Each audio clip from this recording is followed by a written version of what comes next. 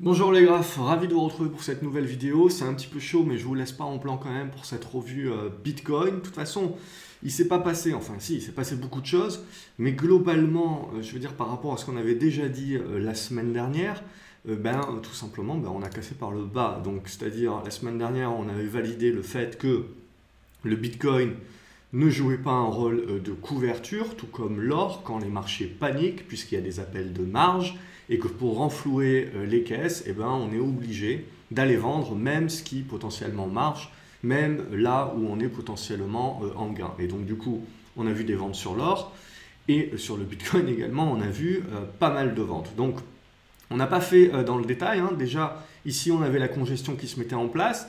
Ça, c'était très moyen. La semaine dernière, on en avait parlé. Et puis derrière, on s'était dit, voilà, là, cette oblique ici, il ne faudra pas passer en dessous. Sinon, en effet, on est mal parti. Donc, on est passé en dessous, on a breaké, on ne l'a pas fait à moitié. Et on est allé chercher avec de la mèche basse à nouveau les 4000 $. Hein. Donc, cette zone des 4000 $ qui était anciennement la résistance horizontale, vous le voyez, on s'en était parlé, c'était au printemps 2019 avant cette poussée haussière. Donc on est revenu tester cette zone-là. Pour l'instant, elle tient, elle est achetée.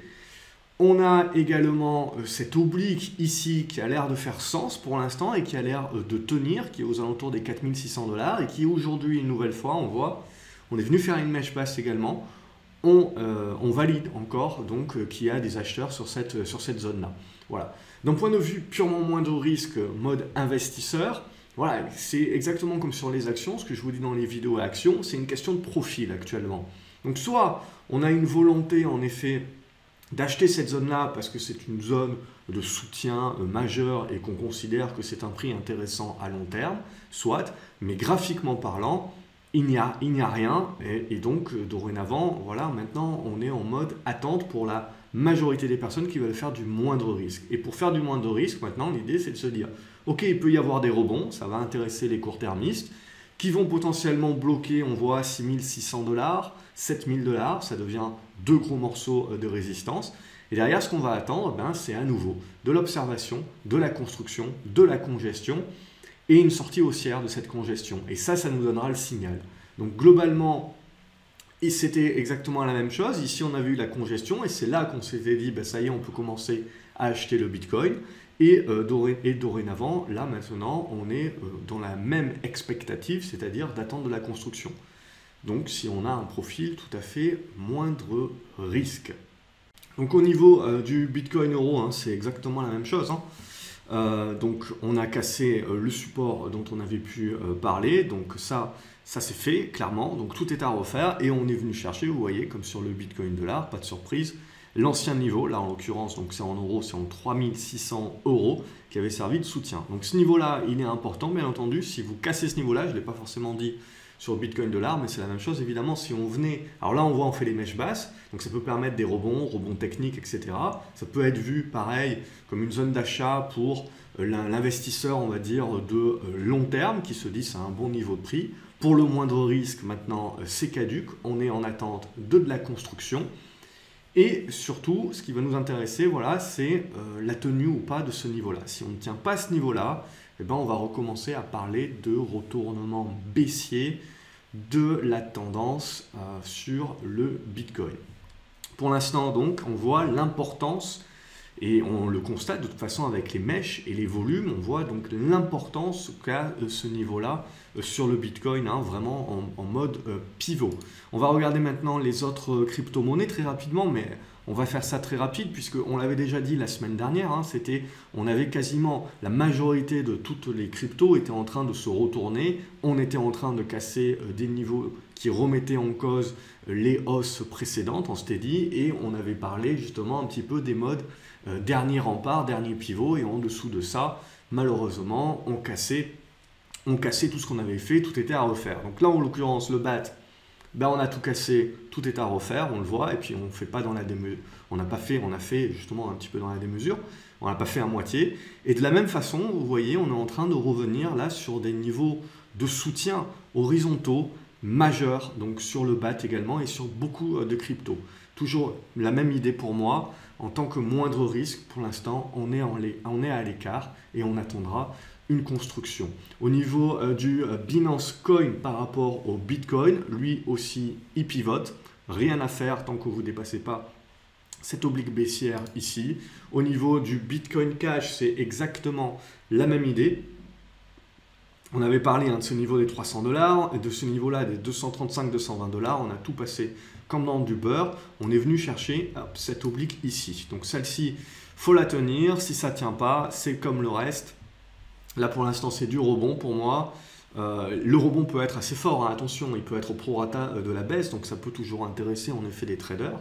C'est clair et net, c'est comme sur le marché action. Actuellement, je veux dire, on a tellement tendu l'élastique qu'à un moment donné, quand on va avoir des rebonds, quand il va y avoir un petit peu plus de confiance qui va revenir, il y a des rebonds assez juteux qui peuvent se mettre en place. Mais d'un point de vue moyen à long terme, purement moindre risque, il faut attendre des constructions. Et justement, ce retour de l'élastique fera partie de la première étape du rebond et de la construction. Mais ça ne sera que la première étape. Donc il faudra s'en méfier et attendre en fait la suite de la construction. Donc voilà un petit peu pour le Bitcoin Cash. Ça peut jouer au ping-pong un petit peu là dans cette zone et retravailler en fait les anciens niveaux dont on avait parlé. Au niveau du Cardano,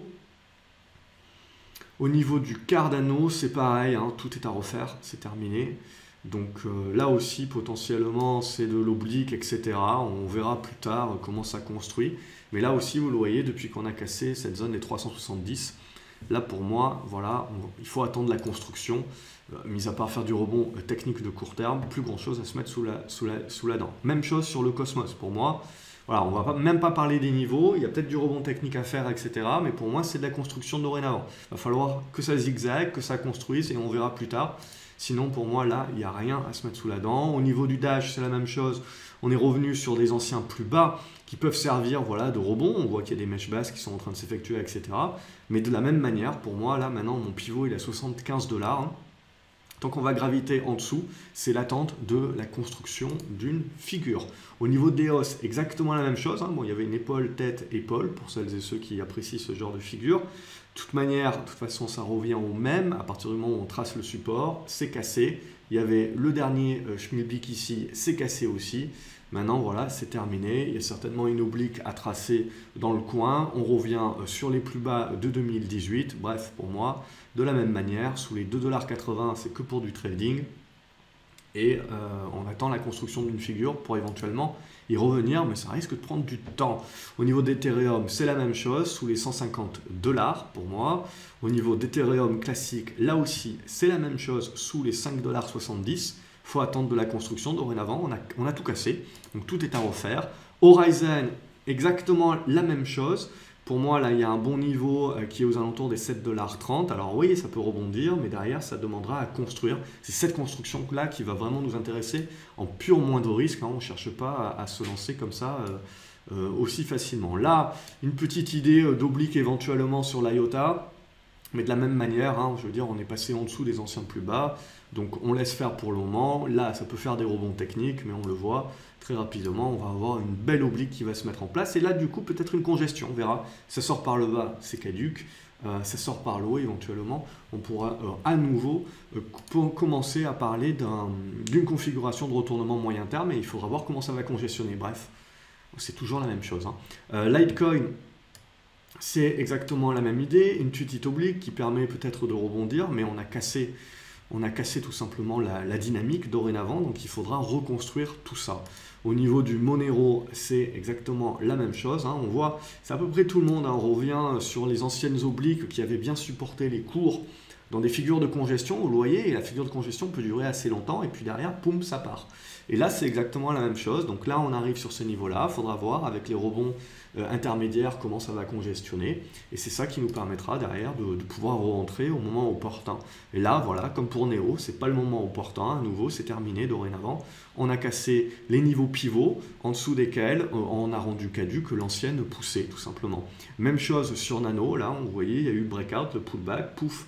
On repousse un coup, donc là aussi, le nano, rien à se mettre sous la dent, sous les 60 centimes. Le OhmyGo, même chose, hein, sous les 75 centimes de dollars. Pour moi, il n'y a rien à faire, juste du rebond technique éventuellement, mais derrière, il va falloir attendre la construction. Sur le Kutum, c'est pareil, il va falloir attendre la construction au niveau des 1,80. Ça, c'est une action, mais ça va être la même chose aussi. Le Ripple, qu'est-ce que nous fait le Ripple? Ben, pas grand-chose de plus également, comme tout le monde. De l'oblique descendante, éventuellement qui sert de support pour faire du rebond technique. Une oblique là, mais très obtuse, donc même si on la casse, à mon avis, voilà, il faudra derrière voir comment ça congestionne derrière. Donc là aussi, moi je me mets en mode observation, en mode attente, il n'y a pas grand-chose à se mettre sous la dent dorénavant. Hein, on a rendu caduc, de toute façon là aussi on avait parlé un petit peu de la faiblesse là-dessus, de ce mode pullback. Et donc là maintenant, en attente de pouvoir casser de nouvelles choses. Le Stellar, à mon avis, c'est exactement la même chose, pareil. Hein. Donc c'est de l'oblique descendante, on a tout recassé. Éventuellement, ça sert encore, vous voyez, ces obliques-là servent de support pour faire du rebond technique.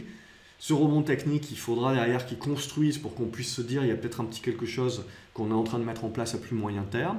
Mais si on casse ces obliques-là que je vous ai montré, support descendante par le bas, c'est un retournement baissier confirmé de toutes les tendances qu'on a sur quasiment toutes les cryptos.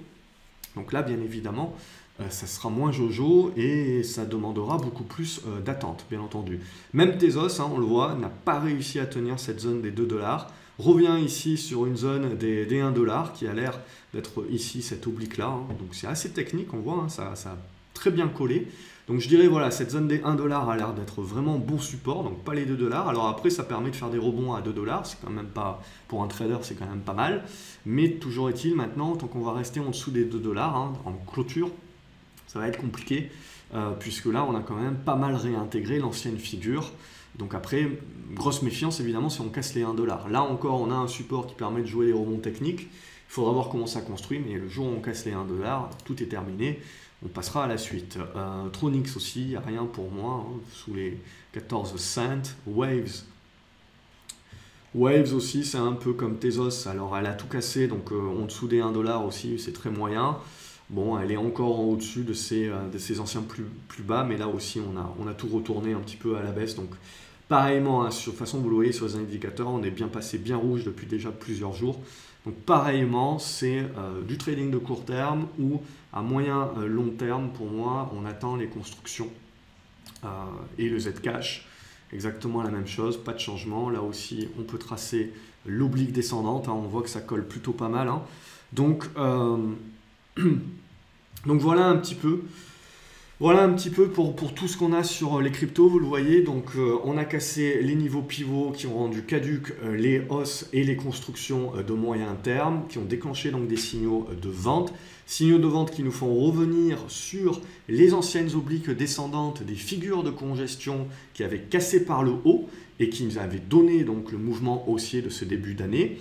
Donc ça, c'est les derniers remparts, tout simplement. Dernier support, on peut jouer les rebonds techniques à court terme dessus. Sinon, il va falloir attendre de voir comment ça va construire au fur et à mesure, comment ça va congestionner, avant de potentiellement recasser à la hausse et donc pouvoir se dire qu'on peut rejouer à plus moyen terme sur les cryptos. Ou sinon, à contrario, c'est que du court terme. Et qui plus est, si on casse ces supports obliques là, c'est terminé, on repasse en tendance baissière et là, il faudra très certainement attendre encore plus longtemps avant d'à nouveau avoir des configurations qui vont redevenir intéressantes sur les cryptos. Donc là, voilà, on a réellement un retournement qui se met en place. Donc à observer, bien entendu, puisque les volumes, l'élastique est très tendu, c'est comme sur les actions, donc vous pouvez avoir des rebonds qui sont au prorata des baisses, c'est donc assez fort, mais pour autant qu'ils ne vont pas remettre en cause tout ce que je vous ai dit, c'est-à-dire dans la construction de moyen terme. Et c'est pour ça que je vous dis que ok, pour des traders de court terme, il y a peut-être des rebonds techniques qui vont être très intéressants, mais derrière, il va falloir construire, il va falloir congestionner, c'est ça, il va falloir observer, c'est ça qui risque de prendre un peu plus de temps éventuellement. Donc, à observer tout cela, je ne vous passe même pas les actions qui sont liées à la crypto puisque c'est exactement la même chose, c'est baissier de chez baissier, il n'y a rien à se mettre sous la dent, éventuellement du rebond technique, mais c'est vraiment en mode on joue l'élastique tendu et c'est tout. Donc c'est vraiment pour des traders de très court terme qui savent spéculativement ce qu'ils font. Et donc voilà, j'espère que la vidéo vous a plu, que ça vous permet quand même d'avoir une petite vue d'ensemble. N'hésitez pas à mettre un pouce bleu en l'air si c'est le cas. Également en commentaire me dire ce que vous pensez du marché des cryptos, quels sont les niveaux qui vous intéressent. Comme je vous l'ai dit, il y a plusieurs profils. On peut être trader de court terme pour jouer les rebonds.